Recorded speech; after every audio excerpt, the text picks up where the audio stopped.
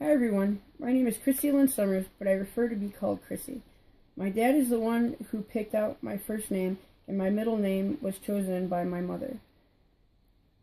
The name Chrissy is an Irish name, and it also means follower of Christ. My major here at Post University is psychology, and I hope to earn my bachelor's degree by the end of 2016. I need this in order to gain full-time employment at my current job at Porter County Juvenile Detention Center. In 5 years, I hope to still be at PCJDC, but to be promoted to a supervisor position. I live in Hobart, Indiana, which is in the northwest part of the state and only about 45 minutes from Chicago. I was born and raised in northwest Indiana, and I have lived there most of my life except for the 2 years during my childhood when I moved to West Virginia.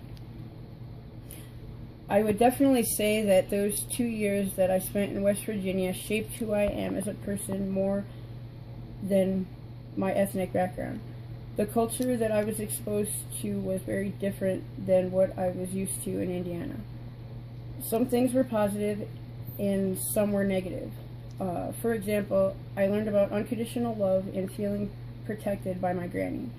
But I also learned that we were not cultured and valued education, and often felt alone because I loved school.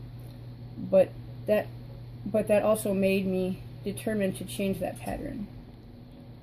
I'm honestly scared to death of reading in public. I have had this fear all of my life, and I couldn't even read aloud when I was called on in school when I was younger. I would get severe anxiety and my palms would sweat, and at times I would even become nauseous. I'm not really sure what caused this, but I know that when I was in 6th grade, a teacher picking on me to read over and over and would make fun of me did not help the situation at all. I think that my culture has a lot to do with my communication problems because I wasn't exposed to many things when I was younger. Also, when something was hard, my family would encourage me to just quit instead of trying to stick it out. I was often told that I could quit high school if I wanted to do so, and I'm glad that I didn't.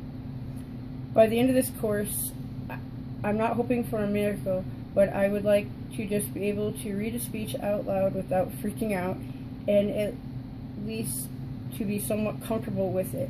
If I can do that, then it will be a huge milestone for me, and I will be proud of myself.